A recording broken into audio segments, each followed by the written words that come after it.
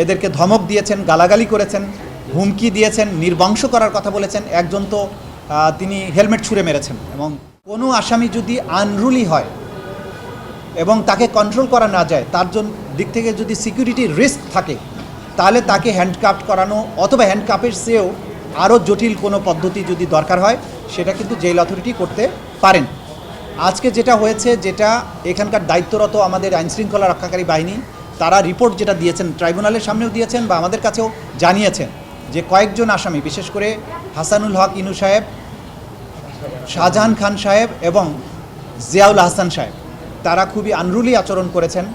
এদেরকে ধমক দিয়েছেন, গালাগালি করেছেন, হুমকি দিয়েছেন, নির্বংশ করার কথা বলেছেন। একজন তো তিনি হেলমেট ছুঁড়ে মেরেছেন এবং আগেও তার ভিডিও আপনারা দেখেছেন, যেটা হয়েছে যে ওনাকে যখন দুপাশে হ্যান্ডকাপ না লাগিয়ে আগের সময়ে যে দুজন পুলিশ ওনাকে দুই পাশে দুই হাত ধরে নিয়ে যেতেন, উনি কিন্তু জোর করে হাত ছুটিয়ে ফেলেছেন।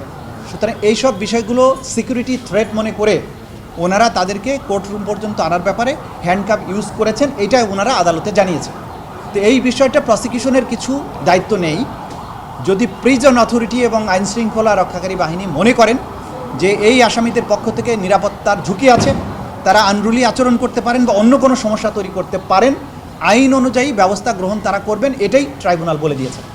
সেটা হচ্ছে যে 17 জনকে তোলার সময় গেটের থেকে একজন একজন করে খুলে খুলে তো ঢুকাচ্ছিলেন।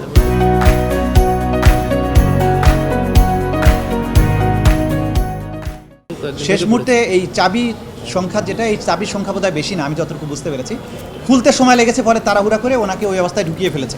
এটা তাদের অনিচ্ছাকৃত।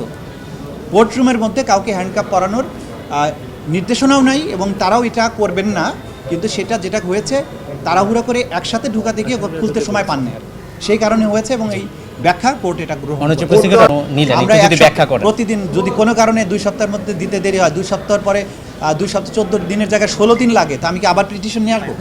ন্যাচারালি আমরা সময় বেশি করে চাই, কিন্তু তদন্ত রিপোর্ট তার আগেই দাখিল হয়ে যাবে। এবং আমরা আপনাদেরকে নিশ্চয়তা দিতে পারি, আগামী 1-2 দিনের মধ্যেই হয়তো 2-1টা মামলা সুখবর আপনারা পেতে থাকবেন, যে আনুষ্ঠানিক বিচারের যাত্রা শুরু করার জন্য আমাদের কাছে তদন্ত রিপোর্টের চূড়ান্তটা আমরা পেয়ে যাবো ইনশাল্লাহ। 1 থেকে 2 দিনের মধ্যেই হয়তো পাবো। আমরা পাওয়ার পরে আপনাদের আনুষ্ঠানিকভাবে জানাবো। এটা কি শেখ হাসিনা দিয়ে শুরু হবে 1-2 দিনের ভিতরে? শেখ হাসিনারটা তো একটু সময়, আমরা বলেছি একটু সময় লাগছে। অন্য 1 বা একাধিক মামলার তদন্ত রিপোর্ট শেষ পর্যায়ে আছে, সেগুলো আমরা পেয়ে যাবো আশা করছি না। এইখানে আইনের মধ্যে বলা আছে যে এই মামলাটা সাধারণ আইনের মামলার মতো না। এইখানে যখন তাকে গ্রেফতার করা হয়, উনি অভিযোগের কপি চান। অভিযোগের এইখানে মামলার সূচনা হয় তদন্তকারী কর্মকর্তার পার্সোনাল নলেজ থেকেও শুরু হতে পারে, কোনো অভিযোগ লাগে না, কেউ মামলা দায়ের করা লাগে না। উনি যদি জানতে পারেন যে এই জায়গায় কোনো মানবতা বিরোধী অপরাধ হয়েছে, তিনি একটা কমপ্লেন রেজিস্টার ওপেন করে তদন্ত শুরু করতে পারেন। এখন শুরু করলে তার বিরুদ্ধে শুরু হলো, উনি তো এই তথ্য কাউকে জানাবেন না। তা আসামিকে যখন গ্রেপ্তার করে আনা হয়, আইনে বলা আছে যখন গ্রেপ্তার করা হবে সেই সময় অথবা তার পরবর্তীতে তার বিরুদ্ধে মোটা দাগে যে অ্যালিগেশনটা আছে সেটা তাকে জানাতে হবে। সেটা প্রত্যেককে জানানো হয়েছে যে আপনার বিরুদ্ধে অপরাধ হচ্ছে, আপনি মানবতা বিরোধী অপরাধে সম্পৃক্ত। বাংলাদেশে জুলাই আগস্টের সময় যে মানবতা বিরোধী গণহত্যা হয়েছে, সেই অপরাধে আপনার সম্পৃক্ততা আছে, এতটুকু জানানোই যথেষ্ট। বাকি ডিটেইল সেখানে তার কতটুকু ইনভলভমেন্ট, কী সমাচার, কী সাক্ষী আছে, এগুলো পাবার অধিকার তার তখনই জন্মাবে যখন তার বিরুদ্ধে তদন্ত রিপোর্ট দাখিলের পরে চিফ প্রসিকিউটরের কার্যালয় ফর্মাল চার্জ দাখিল করবে, তখন কেবলমাত্র আসামিরা বাকি ম্যাটেরিয়ালগুলো পাওয়ার অধিকার রাখেন, তার পূর্বে নয়। এটা একটা বিশেষায়িত আদালত। এই আদালতের কার্যধারা বিশেষ আইন দ্বারা নিয়ন্ত্রিত। সাধারণ আইনের মতো এইখানে আসামিদের সব ধরনের অধিকার সেই রকম নেই, এটা আমরা অত্যন্ত ক্লিয়ারলি তাদের বুঝিয়ে দিয়েছি।